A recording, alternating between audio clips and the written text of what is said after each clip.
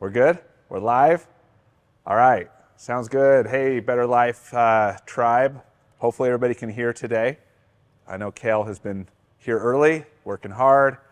We got it rolling, so thank you for being here again live from our Brick and Loft Realty office in Lubbock, Texas. Just happy to have you guys, Better Life tribe that's all over the country basically, looking at us today, learning about real estate. Whether you're a new investor or a seasoned investor, we're so happy to have you. I've had a lot of interaction on either the Circle app or Instagram or email about follow-up questions. So I just want to touch base on the follow-up questions because some things that I express aren't always clear. So I appreciate you guys follow up with me and getting your questions answered because I don't want to confuse anybody, especially after today. We're going to be talking about real estate math. And if I confuse anybody or some of the examples aren't clear, definitely reach out to me. And again, so Better Life has the Circle app. Reach out to me on that. That's the best way to reach out and just be part of that community. And that way I can just, I'll get an email notification and I can go right to the app and answer that for you. And then if that doesn't work, then Instagram or email is great too. So thanks to Brandon Turner and the Better Life tribe, Alex and Matt and Emily in Maui that are just making this awesome. And then, of course, Kale and Kyra helping me here in Lubbock at Brick and Loft Realty. It's just great people behind the scenes. Thank you very much to make this awesome. I've known Brandon for a long time, and he approached me, several weeks ago about recording this class and doing this 10-week class. This is week 3. And I'm going to do a short recap of what we've talked about before. So this is designed to build upon week by week by week as we go. And if you've missed the other 2 weeks, there's downloads that you can receive. If you're not getting them, let me know and I'll find out how to find them for you so you can watch the other 2 hours and then you'll be caught up. But I'm going to always do a quick summary. And then we always, I don't know about you guys, but the hour for me goes by really fast. So it just flies by, and by the time we get to almost 7 o'clock, I'm getting a thumbs up or 2 minutes, and it just doesn't feel like any time's gone by. So, but I also want this to be informal. So if you have a question throughout the hour, just ask it on the chat. I'm going to look down at this computer every few minutes, and if I see a question, I'll go back and I'll read that right then and there. So what happens, I think, is a lot of people will want to ask their question, and then time will go on. We'll go to a new subject, and that question doesn't get answered, or they don't want to answer it at the end, or they have to leave early or whatever. So please go ahead and ask the question on the webinar chat, and I'll answer it as we go.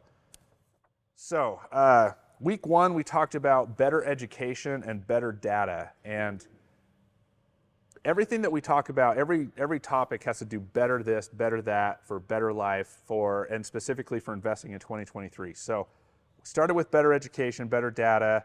We looked at population growth, job growth, median income, school districts, crime rates, zoning, and infrastructure. Overall education on where you should start very first. Your very first step, if you're going to be a real estate investor or expand your portfolio, is look at those topics first. Better education. Figure out what market you want to be in, because that's what's going to spit out at the back end on where you're going to actually invest. And then you're going to look at better data. We talked about better data in week 1. You're going to look at location as being critical. Well, first get your market, then you're going to look at location, you're going to look at property condition, your market trends, your financing, your cash flow. You have your better education, you have your data, and then you're going to go into your assets and your strategies. So the next spot is you're going to focus on, we talked about this last week, is starting small. So you don't want to, when I mentor people or coach people or teach people, I'd like to find real estate investors that want to go all in and go big. That's my motive. That's what I try to teach people because I don't see real estate as a hobby. It shouldn't be a hobby. I think it's the best tool that you can use to create wealth and retire early or just generate massive amounts of extra income for you and your family at an early age in life. So that's why I try to teach people to go all in, because I know how possible and easy it is to do it if you're consistent and you have the right tools. So, but I do teach people to start small, focus on cash flow first, and I put a massive asterisk on cash flow.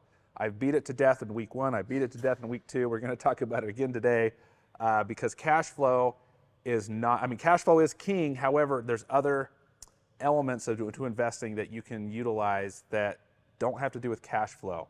And the reason I keep harping on cash flow is because this course is designed how to invest in 2023, and with rates at 8%, 9%, and with property values high, insurance high, property taxes high, and the rent amount not really meeting those demands of all those other expenses, it's really hard to spit out a positive cash flow. So that's why I harp on cash flow so much, is it is critical, it is king. However, it's really tough right now. So we're going to talk about it again today.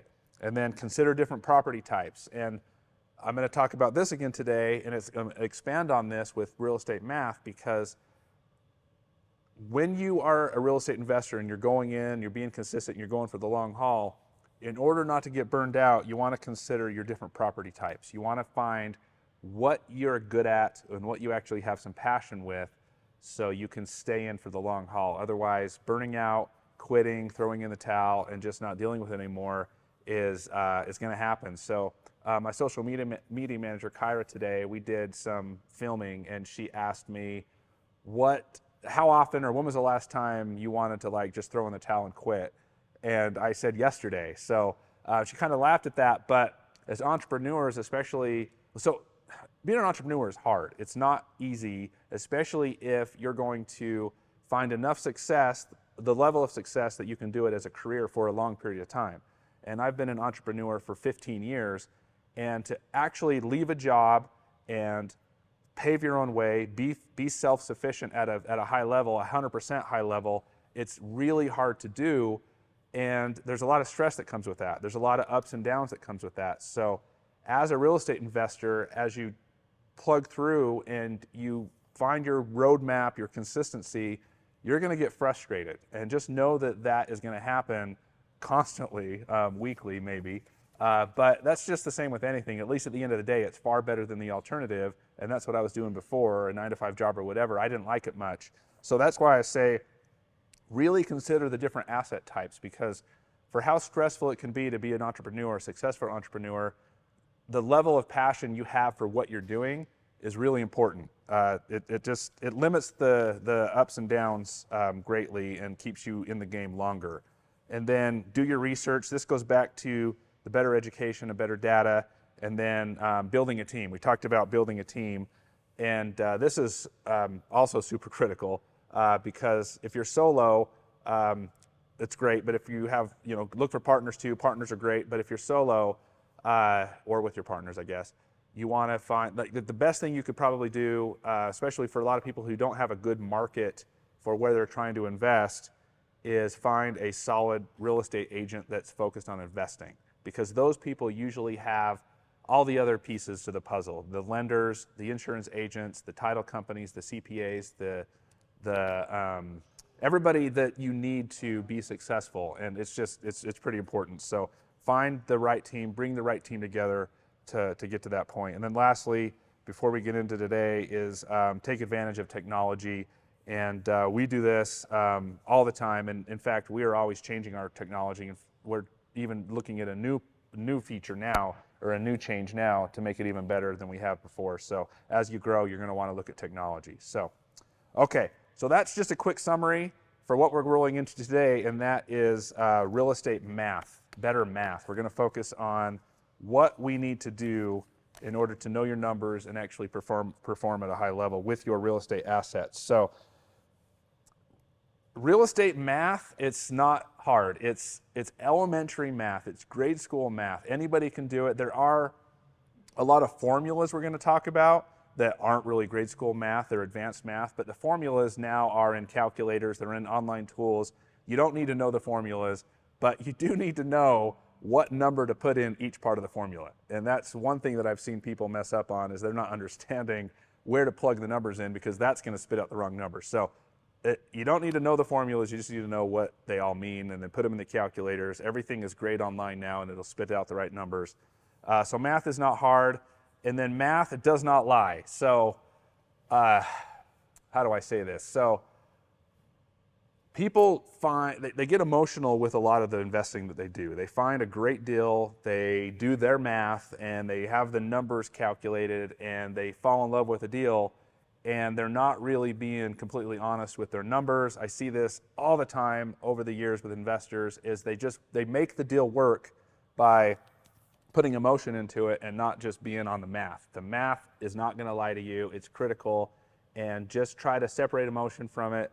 I've succumbed to that a few times, and it's hard because especially when you're a competitive guy or a competitive investor and you're trying to beat out other people for a specific deal, you want to make the deal work, you want to win the deal, so you get emotional with it and you mess with your numbers and then you regret it down the line. So be careful with your math. It's not going to fail you if you are honest with yourself and honest with the numbers that are being spit out of your calculations. Be honest with your math, and real estate will take care of you for life, and that's very, very true. Real estate investing involves various mathematical concepts and calculations, included but not limited to cash flow analysis, cap rates, net present value, return on investment, ROI, LTV, the loan to value ratio that you're going to have with your debt, your IRR, your internal rate of return, and your net operating income. So those are all critical. And then for LTV, the loan to value, we're also going to talk about ARV, your after repair value. It's not a formula, but it's important in calculating your loan to value, especially on distressed properties or properties that are value add. Because I know that, especially with rates really high and new investors coming into the market that may not have a lot of money to put into a deal, the LTV and the ARV are really important. So we're going to talk a lot about that today. So the first one is cash flow analysis. So cash flow is king. We talked about that. This helps investors determine how much cash will be generated from a property after all your expenses have been paid. So I talk about cash flow two ways. I have paper cash flow and then actual cash flow. And what I mean by that is paper cash flow is cash flow that you generate based off of your spreadsheet or your calculator, and you get your number that spits out, and that's what you feel like you're going to be earning. And a lot of investors, they don't put all the elements into the calculations to get the right number out. So that's why I call it paper cash flow, because what they'll do is they'll have the investment, they'll close on a deal, and they'll start down the road with that asset, and then they'll realize 5, 6, 7 months in that their cash flow is nowhere near what they want it to be or what it should have been based on their calculations, because they didn't include everything that was needed to be included. So a lot of things that aren't included, obviously PITI, that's the most important thing. You know, you get your principal, interest, taxes, and insurance, you get that number, you subtract that number from your rent amount, and then there's your cash flow. And then most investors include like vacancy rate, but be honest with your vacancy rate. Look at your market, know what your vacancy rate truly is. A good property management company will be able to tell you what your vacancy rate is for any given area. So if you feel like it's 10% and you're just coming up with a number and it's really 20%, your real cash flow is going to be significantly different. So get with somebody that understands the market and knows that your vacancy rate. Some vacancy rates are zero. Some places are such good rental markets that you're not going to have hardly any vacancy, and you're going to have pre-leases for years on certain properties. So that's important. You want to make sure that you include your vacancy rate, your accurate vacancy rate. And then next is your maintenance. We all know that. We need to include your maintenance. But that is also, it's difficult to judge exactly what your maintenance will be, and I know that. So you need to come up with some kind of number that you feel like, based on that property, based on the condition, based on what you've done to it, based on the improvements, what your maintenance should be. And we all know that plumbing, heating, and air are the main things that will kill your investment deals based on maintenance. So especially water issues with plumbing. So you need to be conscientious of that and put those numbers in. Property management fees. So property management fees are, I've seen as low as 4 or 5% and as high as 12%. And I've seen some of them increasing into 13, 14%. And that's because property management is really hard. It's a thankless job, but it's the backbone of a good asset, whether it's going to perform or not, is your trust that you have in your property managers. So put your property management fees in there, have them spell it in the contract, and be very clear with what the fees actually are going to be, whether it's a percentage, whether you have charges based off of whether the property is vacant or occupied.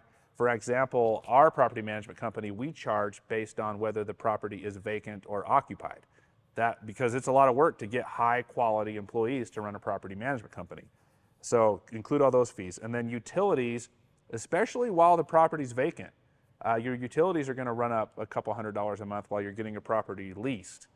So that's going to be a charge. So all of these expenses, including bank fees, CPA fees, your filing fees, your end of year tax fees, all that needs to be lumped in to your cash flow, your actual cash flow. And it sounds like a lot. That's why you have to analyze deals really closely, because you may put in your PITI and then some assumed numbers that you think it's going to be, and you're not including all these categories, and then that number spits out a $300 or $400 cash flow. But then all of a sudden, 4 or 5 months in, you're like a negative $100 because you forgot a lot of things. So be super honest with yourself, because if you're not, you're going to analyze the deal wrong, and you're going to go down the road and you're going to have a lot of regrets because your property isn't producing.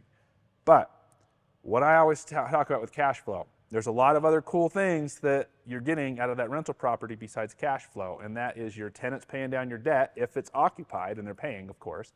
Your tenant is paying down your debt, and your property, if you're buying it right, is going up in value. So you're getting some other positive benefits out of that property, even if your cash flow is, going up and down. So the best world is high cash flow, the tenant's paying down 80, 90% of your, or 100% of your debt, and your property's going up in value. And then you're getting the depreciation on your taxes. So that's the perfect world. That's the properties that I look for. And you have to find the right market for that. And thankfully, I'm in the right market for that. So I've been really fortunate to live in a place and build companies in a place that has a killer rental market. So that's one of the reasons I have been able to do so much with my real estate. Cap rates. Cap rates get thrown around constantly, all the time.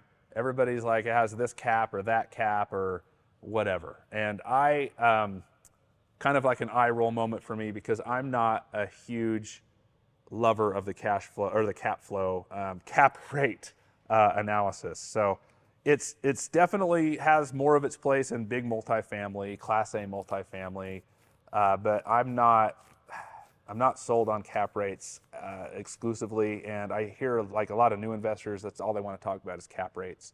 And that's fine. You don't ignore cap rates. You look at cap rates. They're important to some level, but I just don't tend to like them very much. So let me explain a little bit about cap rates, and then you can decide for yourself whether they are for you or not. So a cap rate is basically your percentage of return if you were to buy a property all cash. That's really all it's telling you. Ideal cap rates, what I've seen, are usually from 5 to 10%. That's average. The lower the cap rate is usually the less risky the investment is. So let's say 5% cap rate, that's usually a pretty safe investment. It just means that 5%, you're going to take a lot longer time period to get your money back, to get the money you put into the deal back. High cap rates, 10, 11, 12, 13, 14, whatever percent, high cap rates, those are generally a lot riskier investments, and you're going to get your money back a lot faster. But if, they're risky, so that just depends on if everything works out. So you're going to get your money back a lot faster. It's a lot less recovery time on the money that you have put into the deal. So to get to cap rate, it's a super, super simple formula. You divide the net operating income. We're going to talk about that in a few minutes. You divide the net operating income by the market value. So for example, let's say you have a $500,000 NOI, net operating income. You divide that into the market value, purchase price of the property. Let's say that's $10 million. That's going to spit out a number, and for that example, that's 5%. That's your potential return on that investment if you paid cash for the deal. So 5% cap, and again, that's the less risky as you go down on the cap rate to the lower cap rate. The reason I don't, so again, I don't love them. You don't ignore them, but the reason I don't love cap rates is you're basing all the assumption off of somebody else's numbers. A lot of times they're inflated numbers. They're pro forma mixed numbers. You get their trailing 12. You don't really know what those numbers entail. You could really dig in on them, but that takes a lot of time and effort. And even if you're uncovering every rock you can, you're still not knowing how real that data is and what they're actually putting into it, unless you get like a certified copy from a CPA, which is uncommon. It's more common on the big Class A deals, 50, 60, $70 million deals. But on the run-of-the-mill property that most of us on Better Life are looking at, you don't get hung up on your trailing 12 and your NOI and all these cap rate numbers. You need to do I like to look at numbers. Again, don't ignore them. They're important. You got to look at them. But when I analyze a deal, I analyze it performance based, what my numbers are going to look like, how I'm going to operate it, how I'm going to handle that asset. That, to me, tells a better picture on how I'm going to have that property perform while still keeping an eye on how it did perform if those numbers were all accurate. And again, that's the problem, is you just knowing the true accuracy of all those numbers and you get that NOI is often difficult to really know. So especially in a market when people are trying to make tons of money, especially on properties that somebody bought as a distressed multifamily, and then they're flipping it and they're trying to get as much money as they can, cash out in a massive way. Be very, very careful with those cap rates. Be very careful with all those numbers. So other things to consider with cap rate is the amount of leverage, the time value of money, your future cash flow from improvements, building issues, vacancy, unexpected maintenance, and et cetera. And we'll talk more of that when we deal with net operating income, because that's going to come into play when you're calculating your gross income and your actual expenses. Net present value. This helps investors determine the present value of future cash flows from property. This is a harder measuring tool. I know investors that use it. I don't use it very much. It's worth mentioning, though. It's not to be ignored. You could try using it, but it's not something that I don't think it's really all that popular, especially in single family. Maybe big portfolio loans, or if you're buying a business or other things of that nature, just bigger things. Net present value essentially is the sum of all future cash flows over the investment life, discounting the present value. So Google that, look at the formula, see how that plays out in what you're buying, and play around with it a little bit and see if it's something that you like. Because ultimately, the math that you're going to put into something is what you're comfortable with when you're analyzing a deal. It's not what your buddy says or what I do or somebody else does. This is just a way to teach you some of the options that are out there. Like I said, some people do like net present value calculations. I don't really use them a whole lot. I haven't, in fact, used them hardly at all in the 15 years I've been doing this. But it's worth taking a look at. So ROI. This return on investment, this is thrown around more than anything, and it's the most used, it's the most simple, and I think it's the most valuable. So I use ROI exclusively on everything that I do. It's super simple, it's fast, you can get out, it's really easy to understand, it's really easy to measure, it's really easy to keep track of over time as you go.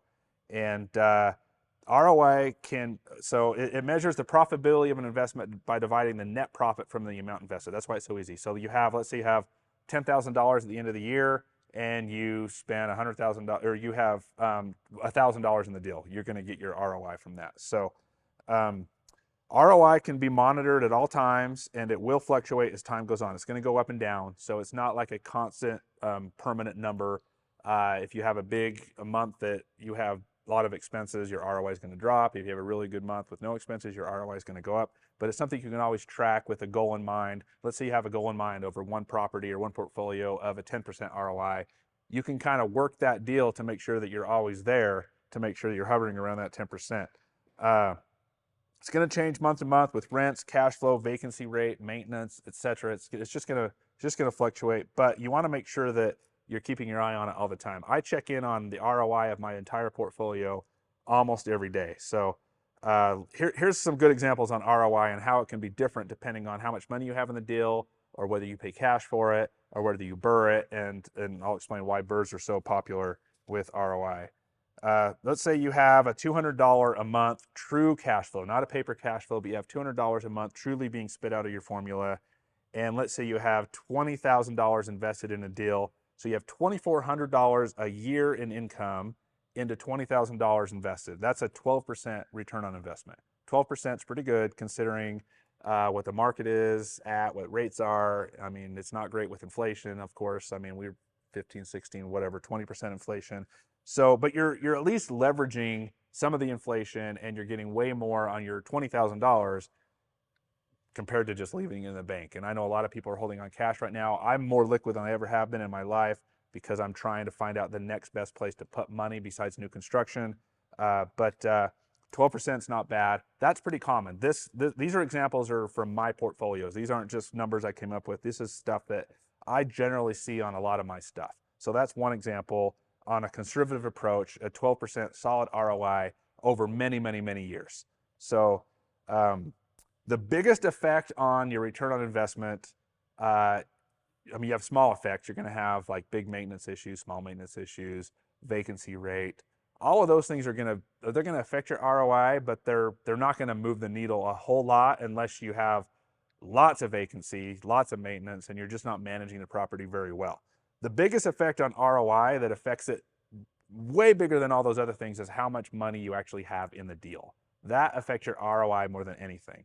That's why burring properties is so popular, because you limit the amount of money you have in a deal, your ROI just goes astronomically higher than having a lot of money in a deal. So here's another example. Let's say you have $100 cash flow. So compared to the other deal where you had $200 cash flow, $2,400 a year, and you were getting a 12% return. Let's cut that cash flow in half. Let's say you only have $100 cash flow, and so $1,200 a year, $100 a month, $1,200 a year, but you only have $5,000 left in the deal. Let's say you found a distressed property and your loan to value got to a point where after rehab, you only have $5,000 left in the deal.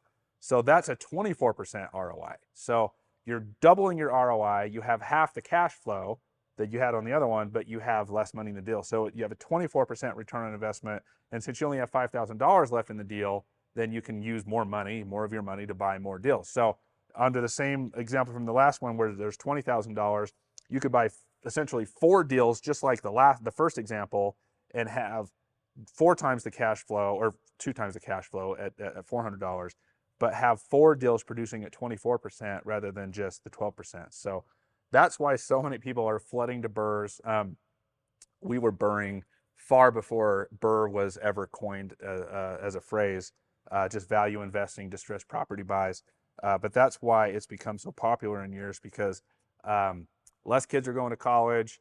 More people that didn't have money before are learning that they can invest in real estate without a lot of money in, and they're just going all in on this burr strategy, which isn't a bad thing. However, if what I've seen, and we did another social media post on this today, is that I am seeing a lot of people that they're attracted to the burr method because they want to get into property without any of their own money, which is great, but they don't have the financial reserves. They don't have a high paying W-2 job. They don't have money coming in to cover the issues. So let's say they get a property at no money down.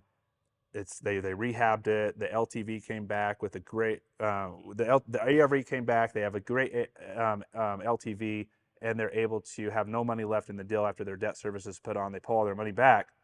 But then 3, 4, 5 months goes by. They missed a few major maintenance issues. Let's say they didn't know the sewer line had to be replaced, or the big storm came in, tore up the roof. Other things happened, vacancy rate. And all of a sudden they have the debt service that never goes away. The property taxes, they never go away. The insurance, that never goes away. But they aren't getting any income from the property. Their income is significantly negative on their cash flow. And all of a sudden they're $3,000, $4,000, $5,000 in the hole every month.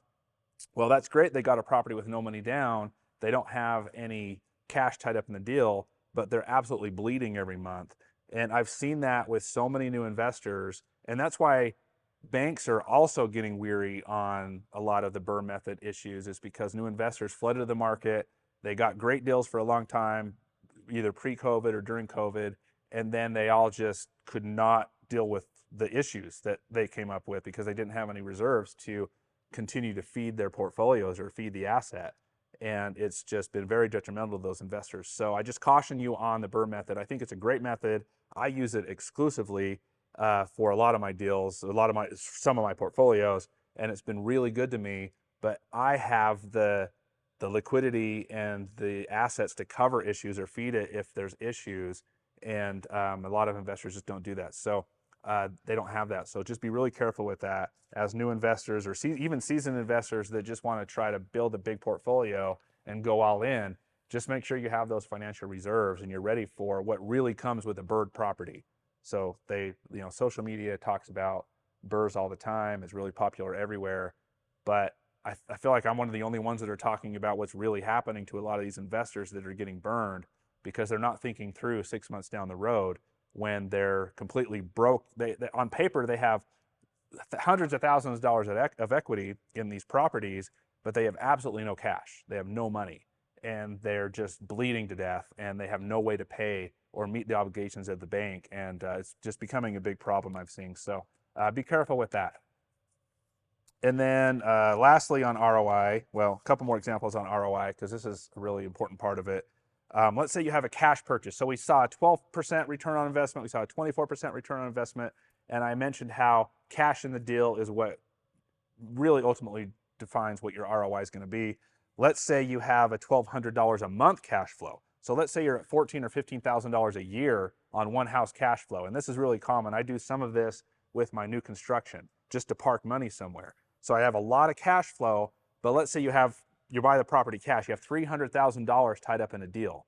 So you're getting a really good cash flow on one property, $15,000 a year, but you paid $300,000 for it. So if you're looking at the ROI on that, that's less than 5%. So with inflation being 12, 13%, and you're getting a 5% ROI, that's great, but it's not really balancing out. You're not hedging inflation too much. So that's where ROI really gets affected, is when you have a lot of cash tied up in a deal, unless you have massive amounts of cash flow. But with rent rates, you're just not going to get there. So that's why the BRRRR method is so critical, because you can have no money in the deal and your infinite return. So on my calculation spreadsheets, what I do, because I often get these deals with no money down, I'll put $1 in just so I can see the 660,000% return, or whatever the ridiculous number that spits out.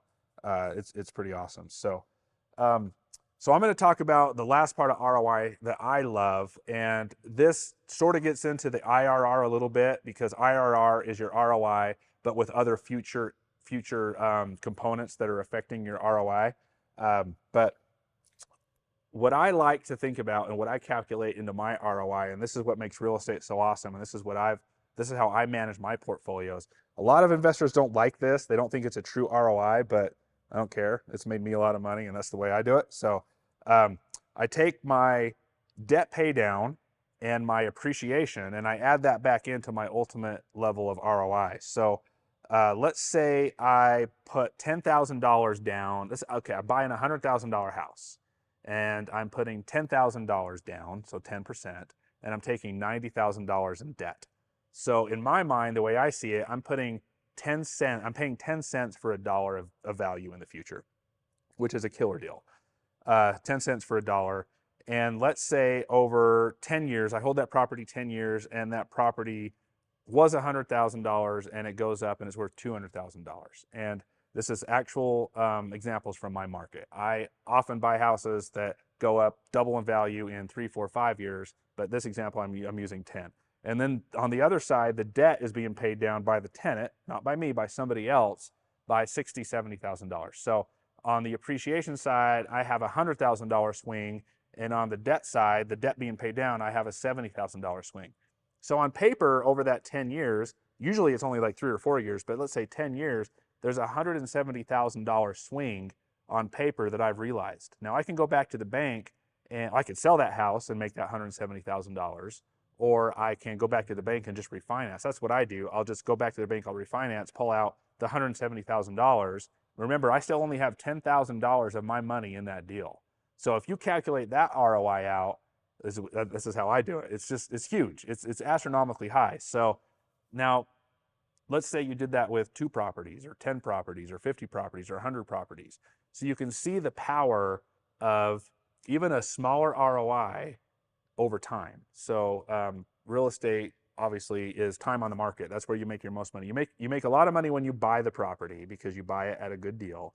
And then time in the market is the second way to make a lot of money. And that's how I've created all of my portfolio wealth, is time in the market and then just playing that refinance game. Or I sell properties and make money, but I like to refinance them because I pull out the same amount of money as I would if I had sold it.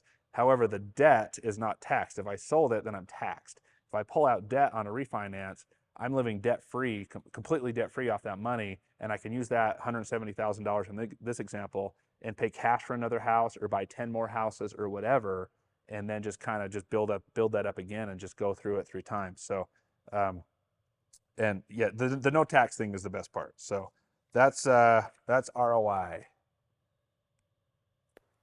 So loan to value ratio. Loan to value ratio, this is a financial ratio used by lenders to evaluate the risk of a loan. So this is a really easy calculation. It's I'm going to bring ARV into this, after repair value, because that's the other part of this that's really important, because the loan to value has to do with what the appraised value is, and then the LTV is just a term of the appraised value after you rehab a distressed property. So let's say you're getting you have a mortgage, or you have a property, you're getting an appraisal, and let's say the house is appraised at $500,000, and you take a $400,000 mortgage and you're putting $100,000 in. So what that means is you have an 80% loan to value ratio. You have 20% down payment, $100,000, and you're taking the rest, the $400,000, as debt. And I know this is super basic stuff, but there are some people on this call that are learning something, I promise. So from the feedback that I get. So if it is really basic, I'm sorry. You can scold me later, but that's what the loan to value is, and that's what lenders look at. Typically, it's 20%. Obviously, BRRRRs are why people love it, because you're at 0% loan to value, or you still have that 80-20 loan to value, but you're buying it distressed at a low amount and you're pulling it back up. So that's why the BRRRRs are so popular. And then when you bring ARV into this, all that's different with after repair value. So you have the appraisal that's getting your 80-20 loan to value. The ARV is your appraisal, but it's taking that distressed property. Let's say you buy a distressed property for, I have an example here. This is one that I just did. $200,000 house. Let's say you buy a $200,000 distressed property. And you know that based off of the numbers that you looked at, the market that you've looked at, the after repair value, the new appraisal that's going to come in, is going to come in at $320,000. So you take your, and then you know also on the back end that you've talked to your bank, and that your bank is good with you getting an 80% or an 85% loan to value debt service on that after repair value down the line. So you take your property, your $200,000 property, you get your contractors in there, you rehab the property, you make it awesome, and then the bank orders the appraisal. Appraisal comes back at $320,000. So your ARV, your after repair value of $320,000 was met. So 80% of that, so your loan to value, 80% of that $320,000 is going to come back at $256,000.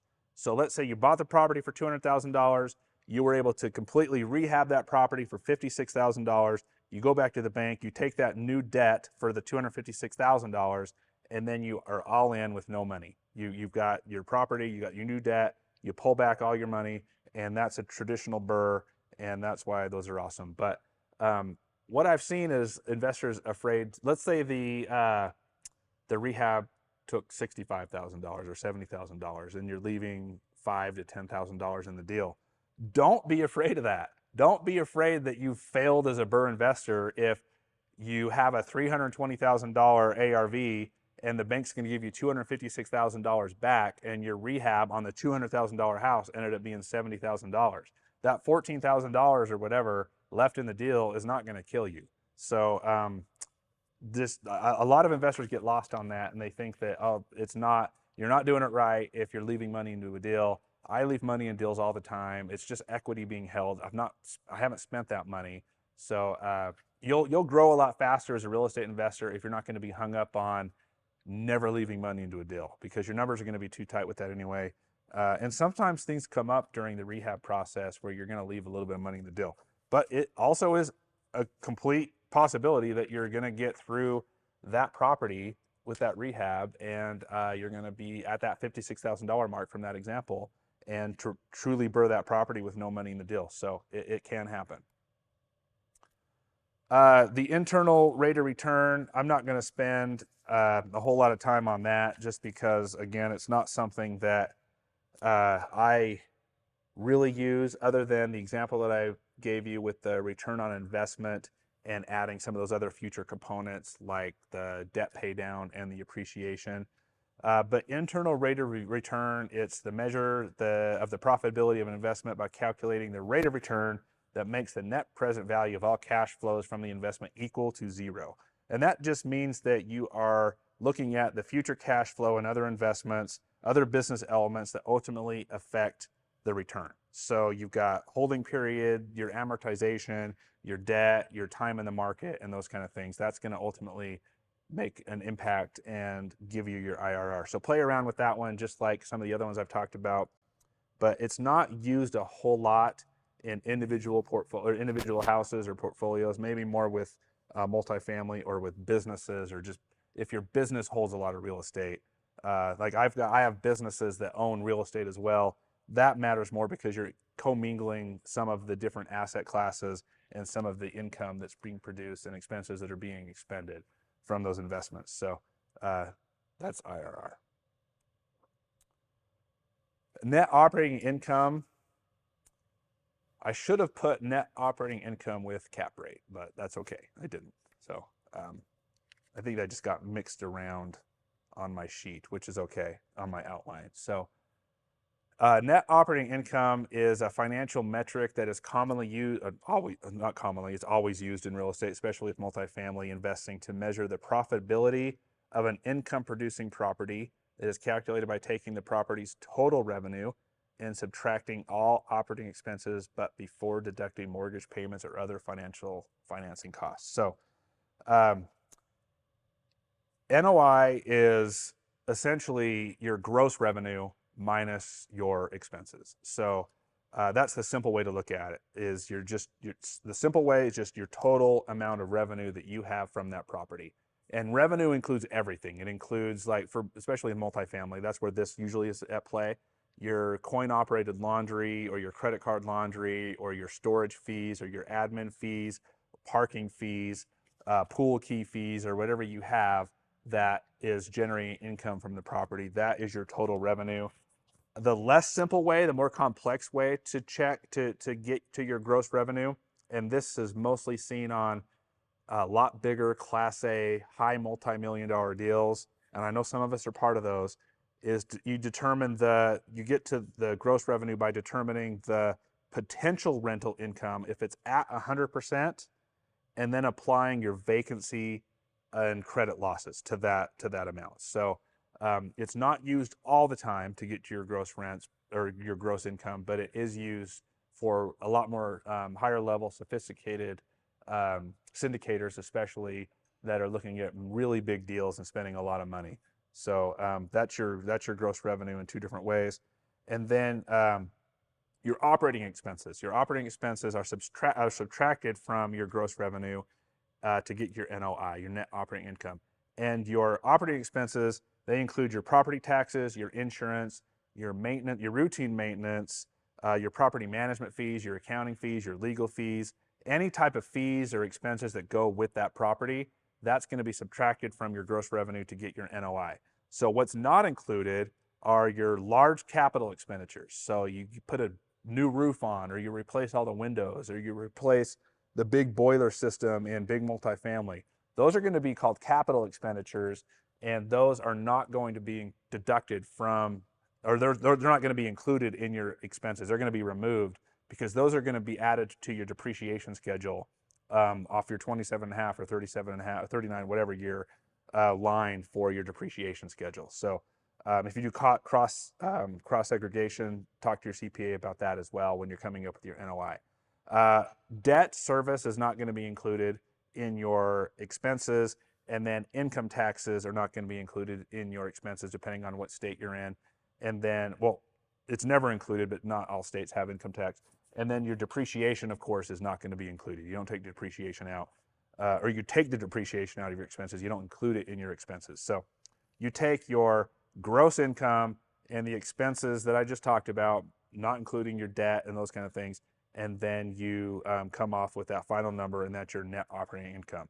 So if we go back to that example that I gave about the cap rate, you take, let's say that $500,000 was your gross income that you took of all your income that you had over 1 year. This is over 1 year, and then you take out and then that number is your gross income minus your expenses, not taking into account your debt or your capital improvements and so forth. And then you get that number, you divide that into the purchase price of the property, and then that's your cap rate. And then that rate, in that example, it was the $500,000 net NOI into the $10 million deal, and that was a 5% cap rate. So NOI goes hand in hand with figuring out the cap rate. You have to have an NOI to get your cap rate. So one of the questions that I get asked a lot when I'm dealing with clients that have multifamily or my multifamily or just consulting with multifamilies, they ask why debt service is not included in figuring out your net operating income. And the main reason is debt service is excluded because NOI to get a cap rate is almost always exclusively related to selling a property. So it's the new investor that's gauging the profitability and the health of the investment. And the new investor, their debt is almost always going to look way different than the current investor's debt service on a property. So all the other expenses are going to be the same, and the income is generally going to be the same, depending on how it's managed, of course, right? But generally, let's say same property management, which is common when it changes hands. All the other income and expense related categories are going to be the same. You're going to have mostly the same rent rates. You're going to have mostly the same operating expenses and everything. But the debt service is one thing that's generally going to change quite a bit. The new debt's going to be a lot higher, or if the property was held for a long time, or maybe there's no debt on it at all and new debt's being put on, or like depending on the asset class, like big syndications and stuff, compared to like a small investor group, the big syndications are gonna put like 50% down. I've seen that really quite a bit, especially with rates. Whereas the smaller investment groups or the solo investors, they're not gonna have that kind of capital, so they're gonna put 20% down. So that's gonna widely change the investment or the ultimate cap rate based on how much debt service and what kind of debt service you're going to put on. So that's why the mortgages and the debt service is not included in the NOI calculation for cap rate. That's just the formula. You're just taking the net operating expenses and the total revenue. The NOI is the total revenue minus your operating expenses, and then that is used to get your cap rate. So in 2023 especially, the best math for real estate investing will depend on the specific investment and your goals. I mean, your goals are what's going to drive how you're going to use this class and all the other classes. A good understanding of the above math concepts can be helpful in making informed investment decisions. It's also critical to have financial reserves. That's the biggest thing, especially in 2023 with rates high and cash flow low. When I started investing, and most of my portfolio loans are still under 4%. Which is great. I mean, I don't have them ballooning for a long time. So having 4% debt on my portfolio loans compared to what I'm seeing 8-9% now, it's just such a game changer. I mean, if I was to take my same portfolio loans and plug in that different interest rate, my cash flow would just dramatically change. So if I didn't have the reserves that I had, or if I'm a new investor and a lot of people are going to have these rates balloon, they're going to go from 4 to 8 to 9 in a hurry. If you don't have those reserves, especially with 2023 with the rates, it's going to be tough. So go in with your eyes wide open. I don't like people waiting on the sidelines to invest because there's other ways to invest besides cash flow, but make sure you have some reserves saved up so you're not faced with a bleeding investment that you're not able to handle down the road. All right.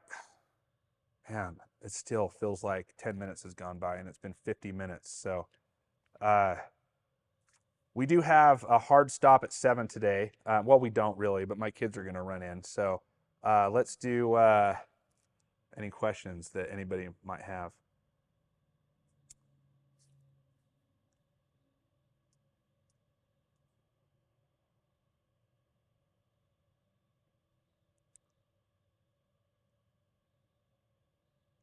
So Mike asks, why does a higher cap rate mean more risk? So the higher cap rate just means that you have a lot of it's just off of the numbers that the investment is given. But Google, there's the real, if you just Google cap rates and like high cap rates, low cap rates, You're going to find some really good articles that are going to explain this way better than I ever will. But it just has to do with the amount of income being produced. And generally, if you have a massive amount of income or fluctuation, then it's probably might not be factual data or correct data. So generally they're inflating their cap rates really high. The way I see it is some like the higher like class A stuff, you're going to see a lot lower cap rates. And that's just because they're operating on thinner margins. And that's because the debt's higher, they're more valuable, and they're just moving along more on a non-fluctuating path. The high cap rate stuff fluctuates quite a bit. So just be weary of that. But there's some really good articles that are going to explain it way better than I just did in 1 minute. So Emily asks, when you are doing math for your cash flow, are you including a percentage of the monthly rent for CapEx expenses?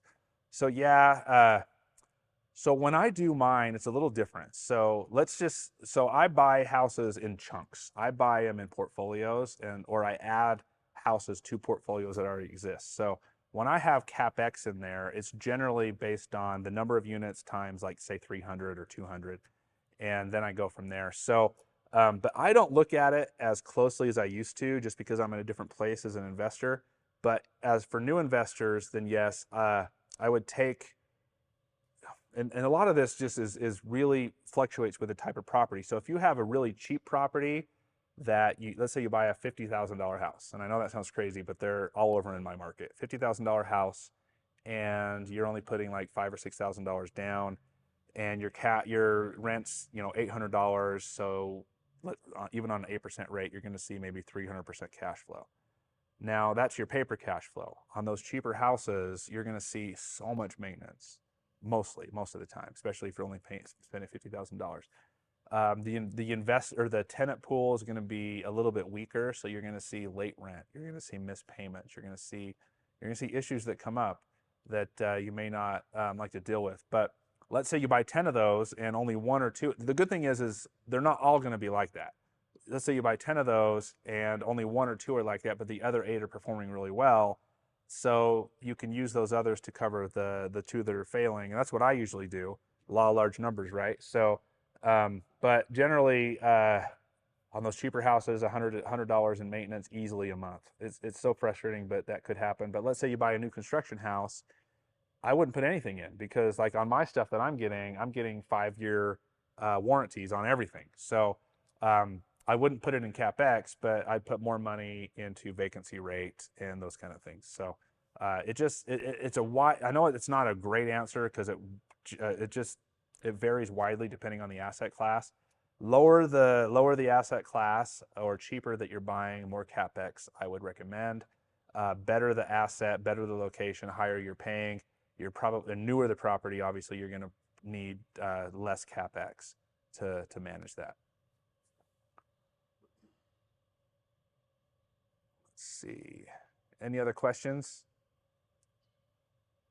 I either really confused everybody because I wasn't clear, or I just answered everybody's question really well. So I bet it's the former. I bet I just...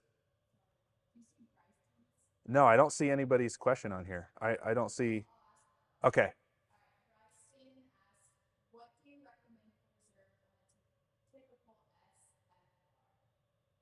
Okay.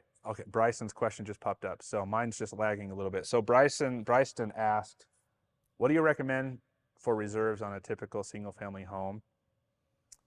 I mean, I would have a couple $1,000s in the bank at minimum. If you analyzed it really well and you have a little bit of cash flow and you're able to carry it forward. So I don't ever use insurance, but let's say like catastrophic things happen and you need to replace a roof. A roof on a single family home is going to cost you from $4,000 to $8,000. So, but the thing is, you don't have to replace the roof. You can just make roof repairs for a couple $100s. You have good handyman, you make a roof repair. The big expenses, a water heater. Oh, there's a fly. A water heater is going to cost $600. A sewer line is going to cost $2,000. A water line is going to cost $1,000. A gas line is going to cost $2,000. interior plumbing for valves and those kind of things, $100, $200 for a shower. So you just need to know like how much things are going to cost. Like I can go into any single family home and tell you how much any maintenance is going to cost just for how long I've been doing this. The toilet's going to cost $100. So you just need to just know what things are going to cost depending on the condition it's in currently, and then just know from there going forward. $2,000 with a good handyman and a decent property would probably get you really far. Your biggest hit is if you go for 1 or 2 or 3 months with it completely vacant. That's where you're going to need a little bit more money than the $2,000. So, but $2,000 is probably a good amount of reserves. But you'd be surprised on how many kids, or I call them kids, these younger investors are coming in and just burning things, and they have absolutely no money at all. So, a few $1,000s per property, I think you're in pretty good shape. Do you try and pass all utility costs to tenants? Will you spend additional money on asset in order to do so? Absolutely. I never, ever let the tenants not put the utilities in their name, ever. They will tear your air conditioner up, your heater up. They don't care. They're going to run water constantly. It's going to be 75, 80 degrees, and they'll have the air conditioner down to 60. You have to have the tenants have skin in the game. If you guys are letting your tenants make you pay for your utilities, you need to change that immediately. Do not do that. Always, always, always have the tenant put the utilities in their name, is my advice from years and years of doing this. One tenant will completely destroy your AC unit by just letting it run constantly, because they don't care. They're not paying the bill. Did any others pop up? They did? Mine's like lagging, so you can ask one.